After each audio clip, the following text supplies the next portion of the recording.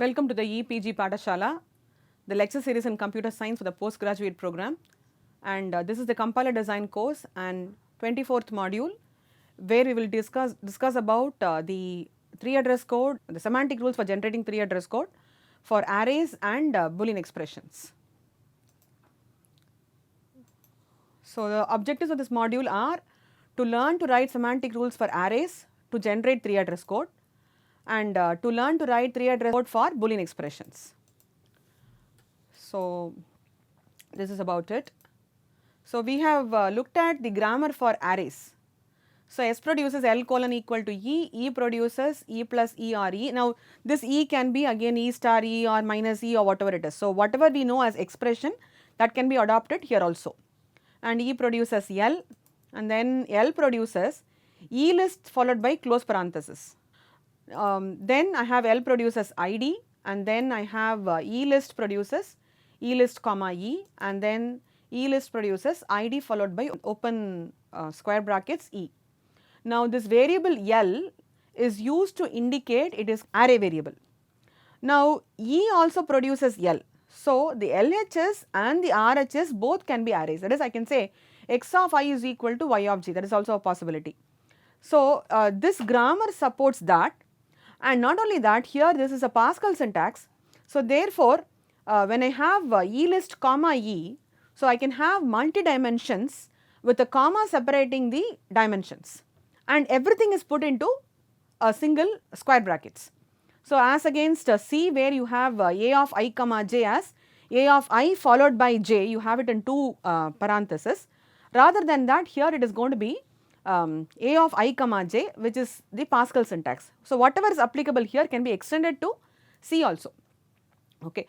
Only thing is the way in which you write the grammar is going to be different, but other than that it is going to be the same manner in which you are trying to write it. So we have seen that the array variable has two attributes. One is the place, which is pointed to a symbol table, and the other is going to be offset, which is going to be used to move through the array index. And this is your recursive equation, which is going to be used by the array for generating your three address code. So EM is equal to EM minus 1 plus IM, where M here refers to the dimension, and E1 is equal to I1. So that is, when you have only one dimension, it is the same. Now the function that is going to be used by the array for generating three address codes are elist.endim, so which is going to be returning the number of dimensions in the elist. So how many dimensions are available based on the comma. So as and when I encounter a comma, because in the grammar there is a comma elist comma E, right. So as and when I encounter a comma, I am going to increase the number of dimensions by 1. And then the next function is called as limit. It takes two arguments. One is array comma j, which is it returns the nj number of elements in the jth dimension of the array. So the array will be referred to as the parent using a name, and then the j means the second dimension, for example say. So if I say array comma 2, meaning that the second dimension, how many elements are there, will be returned by what is the number of elements, that is what is the definition of the number of elements as per the input, that will be returned by this function limit. So limit array comma j basically returns what is the dimension of the, what is the number of elements of the jth dimension of the array. Okay. So that is what the function limit returns. In elist.place, it is it can hold the value temporarily from an index expression. Let us take this, we have already seen this also, but let us just take a quick look on this. This is the row major information. So I have array 1 to 2, 1 to 3, okay, which means it has got a dimension of 2 cross 3, okay, of integer. So this is how it is defined in Pascal. So A of I comma j is what I have here. So base address is calculated, base address of the array A plus I1 minus low 1 into N2 plus I2 minus low 2 into W, and that is equal to, I am rearranging this, I1 into N2 plus I2 into W plus C. Now what is C? C is nothing but which is done during runtime. C is equal to base address minus low 1 into N2 plus low 2 this into W. Okay. Now here in our context, low 1 is 1, okay, I am starting with 1, and low 2 is also 1. It starts again with the index 1, and the number of elements of the second dimension is 3, and width is 4 because it is an integer array. So, how do I compute this? This is nothing but 1 into 3 plus 1 multiplied by 4. So, 1 into 3 is 3 plus 1 4 into 4 16, that should be subtracted from the base address, and finally it should be incorporated here for computation. Okay. So, in our case you will basically do this example I into 3. If I have to compute some location's address, so I that is used here, I into 3, that should be added with I2, so T1 plus J. This is multiplied by W, that is what we are doing here, plus this constant C. So, that constant C is indicated as T2 of T3, that is from the base address you shift so many bytes, okay. That is what this basically does. So, this has been now converted to a recursive expression, that is what we have already seen, and this recursive expression is incorporated in the semantic rules of generating 3 address code for arrays. So, let us look at it sequentially. I have also added inference here because this is very difficult to comprehend. Say for example, you have S produces L this is your first production, S produces L colon equal to E. Now, what am I checking here? If L dot offset is equal to null, because we already said L is an array variable, and this L also produces ID, a simple ID, or it could be an array itself. So, if its offset is null, which means that L refers to a simple variable or simple identifier only. In that case, you have to emit L dot place is equal to E dot place. On the other hand, if L has an offset which is being computed, then you emit L dot place of L dot offset is equal to E dot place. Okay, so this is a 3 address code which is being generated. Either if it is an identifier, you simply emit, for example, here ID is equal to some expression. ID is equal to A plus B, whatever it is, I can basically emit that. Here if it is an array, if the LHS is an array, then I will use that as a basis for generating my 3 address code. So, that is what we have inferred here. The second production is E produces L. Okay. Again, whatever we have done for the LHS here, that has to be carried out for the RHS. So, E produces L is here. So, the RHS L is checked for whether it is offset is null or not null. If the offset is null, you simply emit E dot place is equal to L dot place.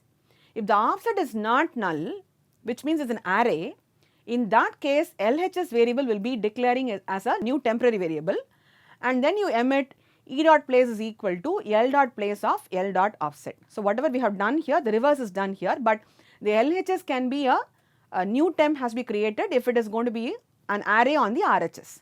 So, that is what we have done here, otherwise it is the same as the previous case only. And then these are pertaining to arrays, okay. The first and the second are pertaining to arrays.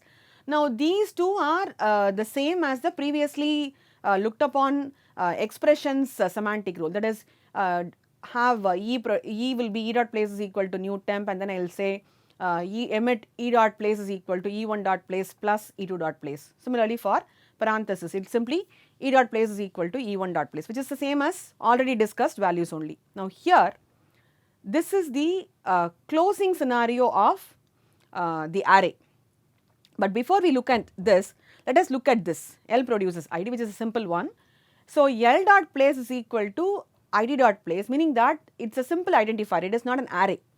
So, I will simply say L dot place is equal to ID dot place, and in that case I will say L dot offset is equal to null. So, we have already seen in the previous slide itself that if offset is null, it is referring to a simple identifier, it is not an array. That is what we have already done, and that is done with respect to this semantic rule in mind.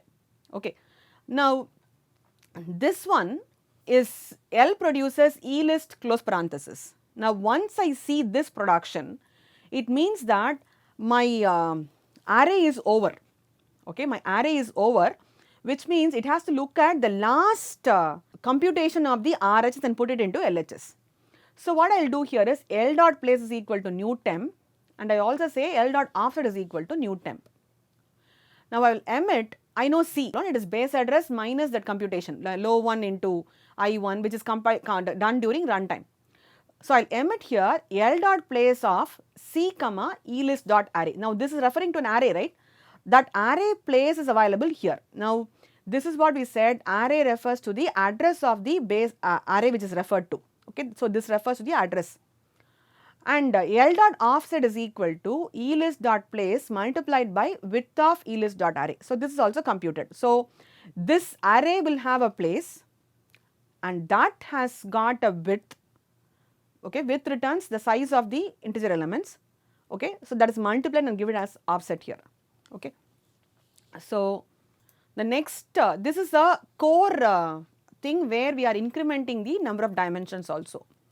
So when I encounter a comma, I am going to say the number of dimensions is going to be incremented by 1. So what I do here is I create a new temporary variable first, and then I say m is equal to the dimension of this plus 1, that is E list 1 have come up with so much of dimensions there, okay, that is it could be I am in the middle of nowhere. To start with, this will be 0, so my number of dimension will be 0 there in that case, so it will be plus 1. So I will say m is equal to 1, I am incrementing the number of dimensions, and then I emit E list 1 dot place multiplied by limit of E list 1 dot array comma m. So what will limit return? Limit returns the dimension size of the mth dimension, that is the number of elements of the mth dimension. So supposing I am declaring an array of 2 comma 3, this m will be 2, okay, I mean this will return 2, okay. So if I am referring to the first dimension, m will return, this limit function will return 2. So I will multiply the place with this 2 which is already a new temp, okay, and then use that. Then I will emit t is equal to t plus e dot place. So I will increment that, okay, and then E list dot array. Now this array refers to, this is the same array referred by E list 1 also, I am just assigning it here, saying that both refers to the same array only, and then I will increment E list dot place is equal to t, I will assign that, and then I will say E list dot endem is equal to m. Now this is necessary because subsequent calls has to use this value of m for number of dimensions, okay, that is being computed here as an increment value of 1. So that will be used in subsequent reductions. So let us, the last one is this one where I have E list produces id followed by open parenthesis e. So in this case E list dot array will be id dot, that is the base address, id dot place, and E list dot place will be e dot place referred to by e, and E list dot end dimension is equal to 1. So this is where it starts 1. And the previous one, if you could remember, E list dot endem is incremented by 1. So you start with a default number of dimensions as 1 here, and that gets incremented in the previous calls. So the C of E list dot array returns the base address of the array, and E list dot place returns the dimension of the array. That is also done here, okay. So with reference to this, these are your semantic rules. Now with this semantic rule in mind, let us consider this example where I have a 10 cross 20 array. And the first dimension is of size 10, second dimension is of size 20, and then w is equal to 4, width is a 4 because I am looking at an integer array here, and let us say you have to compute this assignment, x is equal to a of y comma z. Y comma z I do not know now, that will be called by the programmer. So I can say a of 4 comma 3. Okay, how do I compute the address of a of 4 comma 3 is what I have to basically look at. So what I should do is 4 comma 3 should be referenced with respect to 10 in an array of size 10 cross 20. I have to go there directly and fetch it, okay. That is assigned to x. This has been done in one shot. So how do I do that? So let us say I have x is equal to a of y comma z. So this is your first production. Then I have L produces id. Then I have E produces L, and then I have L produces E list close parenthesis. Then this E list is E list 1 comma E, and then the E list 1 is id of open parenthesis E. Now this is this id is capital A, this is this E corresponds to Y, this corresponds to Z, and I have a closed dimension here, and this corresponds to this corresponds to X, and this corresponds to E produces L, okay. This ID corresponds to capital A. So, A here, this corresponds to Y, this corresponds to Z, and this corresponds to X. So, this is my sequence of derivation. So, what will I apply first? I have to apply this rule first, okay. LHS there is no problem because it has got no offset, it has got only the value. So, L dot place will be equal to E dot place only, but I have to compute E dot place. To compute E dot place, this L has an offset. So, how do I know that? I have to start from here, okay. If you have a derivation tree in mind, so this is going to be where we are going to start with. So, to start with, this is the first application of rule. I will look at the first dimension. So, T1 will be equal to y into 20. So, here I have y and computed. So, I have to look at this production here. So, I look at this production here. So, I will compute this. So, this will be used for computing. So, with that in mind, if you could get your next steps listed out, we know that this is the sequence of productions which we have already seen, and the rules application will be first computing y into 20 because I have to refer to A of y comma z. Now, I know T1 is there, okay. Then I have to add with that z, okay. T1 A of y comma z means I have to look at y rows, zth column, okay.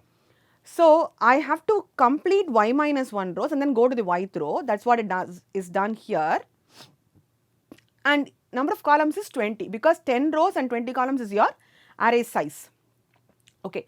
So, T1 plus Z, so I am incrementing that, and then T2 is equal to C. Now, this is your base address. So, base address we already know how to compute, which is nothing but base minus low into, it depends upon the number of dimensions of n1, n2 and the low 1 and low 2. So, it is nothing but base minus low 1 into n2 plus low 2 into w. So, that is what is done here, and then I say T3 is equal to 4 into T1. So, this 4 into T1 is nothing but computing the width I have to shift. This is your offset computation here. T3 is equal to 4 into T1, which is the offset computation, and then I will say T4 is equal to T2 of T3, okay. T4 is your new temp, T2 is the base address computed, and then T3 is the offset.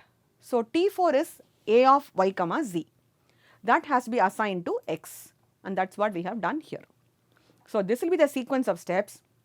So, you start applying it as a derivation tree, and then if you could keep working the tree from the leaf towards the root, you will be in position to get the same result. So, this is how the sequence basically goes. I have to first compute y into 20, that will be added with T1, okay, and I will use the base address as C, and then I have to multiply T1 with 4, that is the offset computation, and then I have to shift L dot place of L dot offset, put it in a new temporary variable. So, this corresponds to here E produces L, okay. So, this L has now one offset. So, I am computing L dot place of L dot offset and then assigning it to the LHS non-terminal. Now, in addition to that, we have already seen type conversions and type checking. Now, the code, tree address code itself can incorporate type conversions, okay. For example, here E dot type is equal to, if E1 dot type is equal to int and E2 dot type is equal to int, then this is int, else it is real, is what we have basically arrived at here. So, how do I compute the code here? E dot place is equal to new temp, which is the same, and I will check the validity of this condition here, and if this is true, I will simply say do an integer addition, okay, do an integer addition. I can handle the other cases similarly, okay, I can handle else if using a sequence of else if and if. I can basically generate the other possibilities of type conversions also. I will do a real addition, I will do a real addition if one is int and other is real, I can do that. That is, I am combining type conversions with reference to in the context of tree address code generation itself, because that is also semantic rule, this is also semantic rule. So, we can just integrate them into a single semantic rule which is going to do a type checking as well as tree address code generation. Both are possible. Now the next programming construct which is normally encountered is Boolean expressions. So Boolean expressions are part of the conditional statements, the if condition or the loop construct which is while or the for, etc. So Boolean expressions computes logical values. It is used for flow of control statements. The Boolean operators are typically and, or and not. And you can also combine them using relational operators less than, greater than, less than or equal to, greater than or equal to, equality and not equal to. Okay. Now let us look at the syntax directed translation for this. Okay, this is just one way. We will be revising on Boolean expressions in multiple ways as and when we encounter. So this syntax is similar to normal expression only, but we will evaluate this using the OR operator. When I say an OR here, I am emitting 3 address code. I am computing A or B, I am computing B or C, whatever it is. Okay. So E dot place is equal to new temp, emit E dot place is equal to E1 dot place or E2 dot place.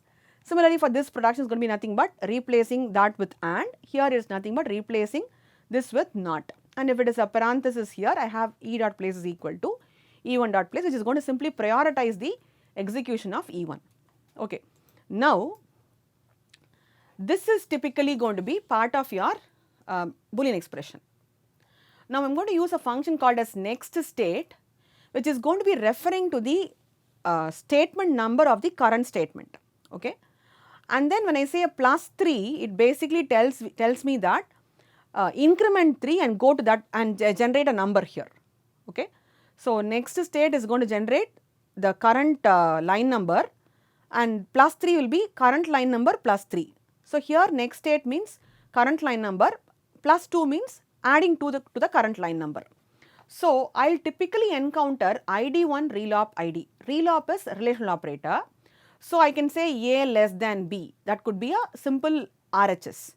In that case, how is my 3 address code going to look like? So, LHS will be an E dot place is equal to new temp. We already know that all my 3 address codes, you can have only 3 addresses, okay, at the most. And here I have here ID1 dot place is one address, ID2 dot place is another address, and this is the address which I am going to go to. Okay. So, I have 3 addresses here to handle this, and this is the conditional jump. If x less than y, go to some label L1. Okay. Now, these 5 statements will be generated as 3 address code for this particular piece of expression. So, I have E dot place is equal to new temp, and in that the first emit is this one, followed by this, followed by this, and followed by this. So, 4 statements will be generated as part of the 3 address code corresponding to one relop. Okay. And then I have E produces true. E produces true will be the final termination. In that case, I will generate emit E dot place is equal to 1, and false will be emit E dot place is equal to 0. Okay, there is a typo here. E dot place is equal to 0. Let us take this example, A less than B or C less than D and E less than F. So, we know that and is done before OR. Okay. You do and has more precedence compared to OR. So, how will the expression be? It will be E1 or E2, and then this E2 is now replaced as E2 and E3. Okay. So, I will evaluate this first and then I will evaluate E1. Now, in this example, okay, in this example, I will first evaluate C less than D and E less than F, both are expressions.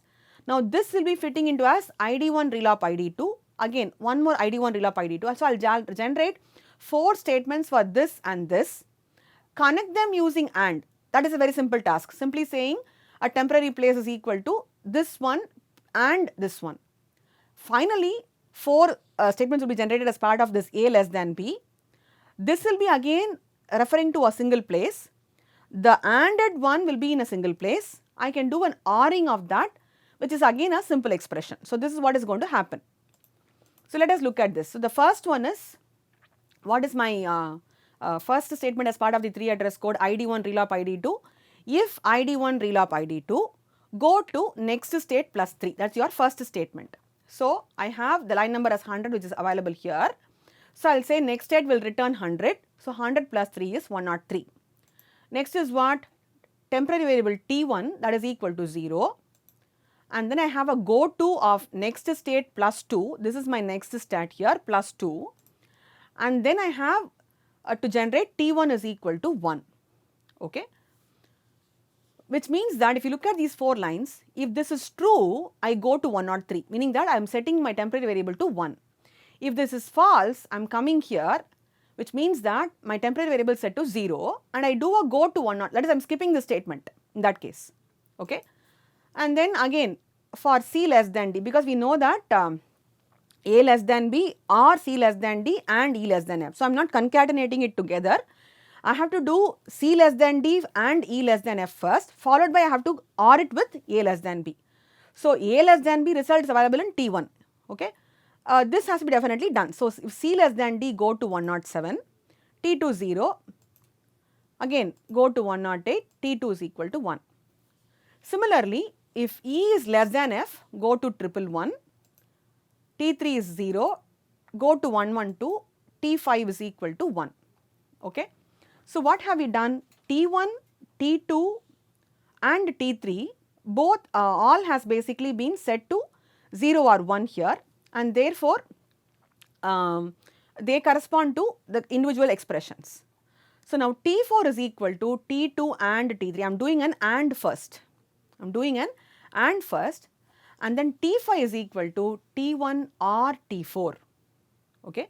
T5 is equal to T1 or T4. Then the next, the shorthand version of this Boolean expression is called as short circuit code, where 3 address code can be generated without generating the complete expression itself. That is, if in the AND, if one of them is false, I need not even evaluate the other expression. Similarly, in an OR, if one of them is true, I need not evaluate the other expression at all. So, that is short circuit code, which we will incorporate, and that prevents us from evaluating the complete expression. So, that we will see in the next modules. So, to summarize this module, we have looked at 3 address code for arrays, 3 address code for Boolean expressions, and an introduction to short circuit code. And with that, we wind up this module. Thank you.